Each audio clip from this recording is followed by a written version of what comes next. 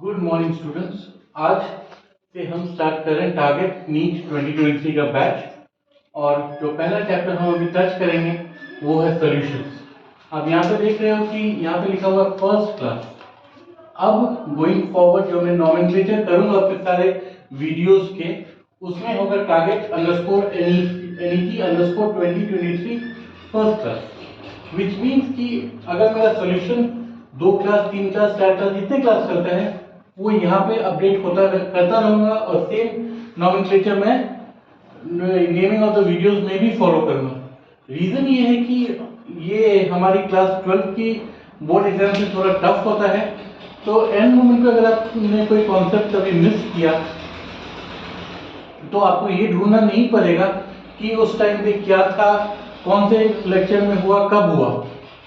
Similarly अब हम लोग एक समरी पहले देखेंगे, या we can also call it the fact about what you will learn in this module. What you will learn, what you will learn in this module. So to begin with, we will deal with solvent, solute, solvation energy, potential energy, primary, secondary and tertiary solutions. Okay, हमने solution वो नाम बहुत सुना है. So writing as a chemistry reaction, solution equals to solvent plus solute. Solvent equals to solvent plus solute, which means solute जब solvent में dissolve होता है उसको हम कहते हैं सॉल्यूशन, तब एक सॉल्यूशन बनता है। तो सॉल्वेंट जो हुआ मेरा, for example H2O NaCl, which means common salt को जब हम पानी में मिलाते हैं तो जो सॉल्यूशन बनता है वो सॉल्यूशन हो गया aqueous NaCl, aqueous NaCl OUS। So solution equals to solvent plus solute। जब सॉल्यूट हो गया मेरा सोडियम क्लोराइड, सॉल्वेंट हो गया मेरा वाटर, जो सॉल्यूशन बनता है वो बनेगा aqueous NaCl का। अब जो ये हो गया मेरा प्राइमरी सॉल्यूशन। मैं इसको प्राइमरी सॉल्यूशन इसलिए बोलूंगा क्योंकि इसमें एक सॉल्यूट है। सॉल्वेंट हमेशा एक ही रहता है, लेकिन अगर सॉल्यूट की क्वांटिटी बढ़ती है, एज इन 2 3, प्राइमरी हो गया मेरा 1, सेकेंडरी हो गया 2, tertiary हो गया 3। So as you can understand from here that if there are more than one solute, if there are more than one solute in the solution, then the solution will be named as a secondary solution or a tertiary solution। अब हमने solution के बारे में तो समझ लिया कि solution equals to solvent plus solute, but कितना सॉल्यूट जो है वो सॉल्वेंट में डिसॉल्व होगा उसको कहते हैं dissolution factors.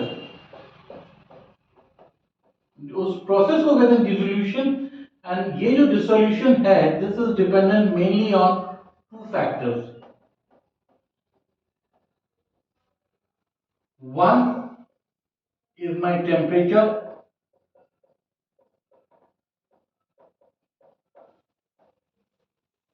number 2 is the pressure or surface tension,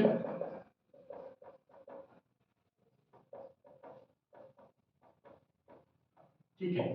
अब टेम्परेचर, मैं फिर से वही कॉमन एग्जांपल दूंगा। जब हम कॉमन सॉल्ट का सॉल्यूशन या नमक पानी जिसको हम बोलते हैं हिंदी में, वो बनाते हैं, तो अगर नॉर्मल पानी के टाइम पे नॉर्मल एक ग्लास में हमने नॉर्मल पानी as in at room temperature 37 degree Celsius पे हमने पानी लिया, हो सकता है उसमें मेरा दो स्पून या 2 ग्राम या 3 ग्राम सोडियम क्लोराइड मिलाया, तो यहाँ पे एक कंप्लीट सॉल्यूशन बन जाएगा। कंप्लीट सॉल्यूशन से क्या मतलब है? No undissolved particle of sodium chloride will be left behind. But at the same time अगर मैंने इस पानी को या इस सॉल्वेंट को ज्यादा हीट किया मतलब उसका टेम्परेचर इंक्रीज होगा। तो जब कोई सॉल्वेंट को हम हीट करते हैं, उसका टेम्परेचर इंक्रीज करते हैं, तो जब quantity of solute also will increase. The major reason here being that when we are heating, जब हम हीट करते हैं सॉल्वेंट को, तो उस टेम्परेचर हाइक या हीट एनर्जी की वजह से जो बॉन्डिंग होती है इसमें सॉल्वेंट में, वो जो बॉन्डिंग है बॉन्डिंग वीक बनने लगती है। बॉन्डिंग वीक क्यों बनती है? क्योंकि जब तक कि मेरा सॉल्वेंट स्टैटिक स्टेट पे है, बॉन्ड एनर्जी अपनी इंटरनल है, लेकिन जब मैं बाहर से कोई एनर्जी सप्लाई करता हूं जो इज द हीट एनर्जी, ये जो मॉलिक्यूलर बॉन्डिंग है उसका जो काइनेटिक एनर्जी स्टोर्ड है उसको ब्रेक डाउन करते हैं, क्योंकि heat energy obviously internal energy से ज्यादा है। विच मीन्स कि एक बार जब वाटर मॉलिक्यूल्स के आपस में डिस्टेंसेस बन जाते हैं तो हम ये फील करते हैं उस टाइम पे कि नमक का जो एटम एलिमेंट्स है वो ज्यादा अब्सॉर्ब होते हैं। क्यों? क्योंकि अगर मैंने मान लो ये है मेरे पास ओरिजिनल हाइड्रोजन हाइड्रोजन बॉन्डिंग, ये मान लो मेरा 1 सेंटीमीटर, बट हीट किया ये हो गया 5 सेंटीमीटर। अगर ये मेरा 5 सेंटीमीटर हो गया, जब इसको नीड है 1 सेंटीमीटर की, तो ये जो बाकी 4 सेंटीमीटर इंक्रीज हुआ है इसको हाइड्रोजन क्या करेगा? सोडियम और क्लोराइड आयंस को अब्सॉर्ब करेगा, सो दैट ये बॉन्ड ब्रेक डाउन ना हो। तो अब हमें क्लियर हो गया कि टेम्परेचर के हाइक से, टेम्परेचर के इंक्रीज से मेरा सॉल्यूट का जो क्वांटिटी है वो ये होता है, इंक्रीज होता है। प्रेशर और सरफेस टेंशन, प्रेशर वो एलिमेंट है जो कि with the increase of temperature, pressure भी इंक्रीज ऑफ टेम्परेचर से मेरा internal pressure between hydrogen bonds जो है वो डिक्रीज करेगा और मेरा जो सॉल्यूट क्वांटिटी है वो बढ़ जाएगा। So in short, dissolution is directly proportional to temperature, is directly proportional to pressure, is inversely proportional to surface tension. अब मैंने इसको inversely proportional to surface tension क्यों बोला, अब मैं उसको आपको वो एक्सप्लेन करता हूं। सरफेस टेंशन क्या होता है? सरफेस टेंशन होता है,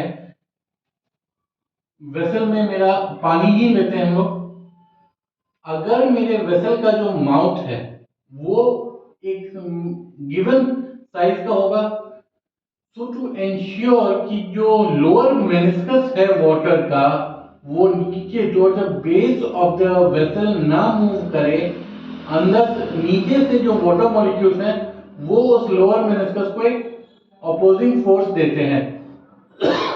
even in a dormant state without any external force being applied, हम यहाँ पे जो सरफेस से जो प्रेशर नीचे की तरफ हो रही है विच इज जो ग्रेविटेशन, उसको काउंटरैक्ट करने के लिए जो वाटर मॉलिक्यूल्स हैं नीचे से ऊपर की ओर फोर्स एक्सर्ट करते हैं, वो हो जाता है मेरा सरफेस टेंशन। सो क्योंकि यहाँ पे फोर्स इंक्रीज हो रहा है due to the gravitation force acting on the lower meniscus, मेरे वाटर मॉलिक्यूल्स को नीचे की तरफ पुश करता है, जिसके रिपल्सन में नीचे से ऊपर एक प्रेशर आता है। तो क्योंकि यहाँ पे इंटरबॉन्डिंग प्रेशर्स जो है बहुत ज्यादा इंक्रीज हो रहे हैं, तो surface tension is inversely proportional to dissolution, which means कि the more the surface tension the less is the dissolution.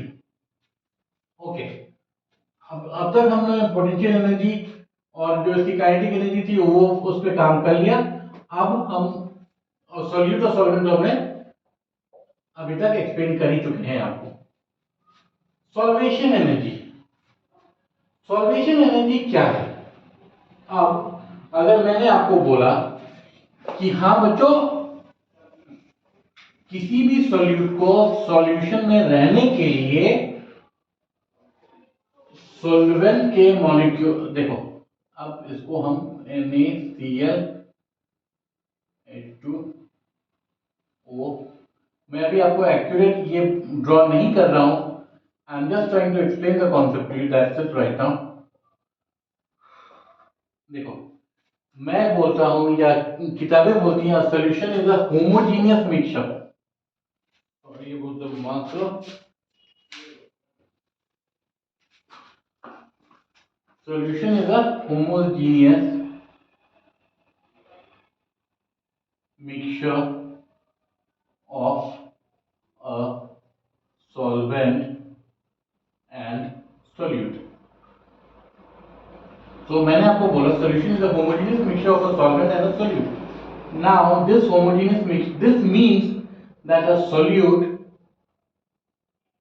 to remain stable in a solute to remain stable in a solution has to be surrounded by solvents. When the solute particles are surrounded in a dense populated molecule group of the solvent, then the internal energy of the solute, internal energy of solute gets released.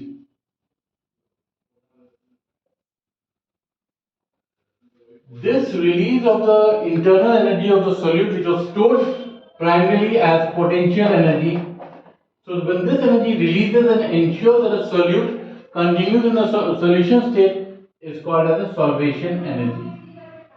Okay बच्चों, अभी इस topic पे हम लोग इतना ही करेंगे। Next class में जब हमारी मुलाकात होगी तो हम थोड़ा आगे पढ़ेंगे, बट मैं अभी जो डाउनलोड है इंफॉर्मेशन का वो थोड़ा कम रख रहा हूँ, so that you people come into the groove, you will understand what we are trying to achieve, and आपको ओवरलोड नहीं डालना चाहता हूं मैं, so that chemistry is not torturous for you anymore.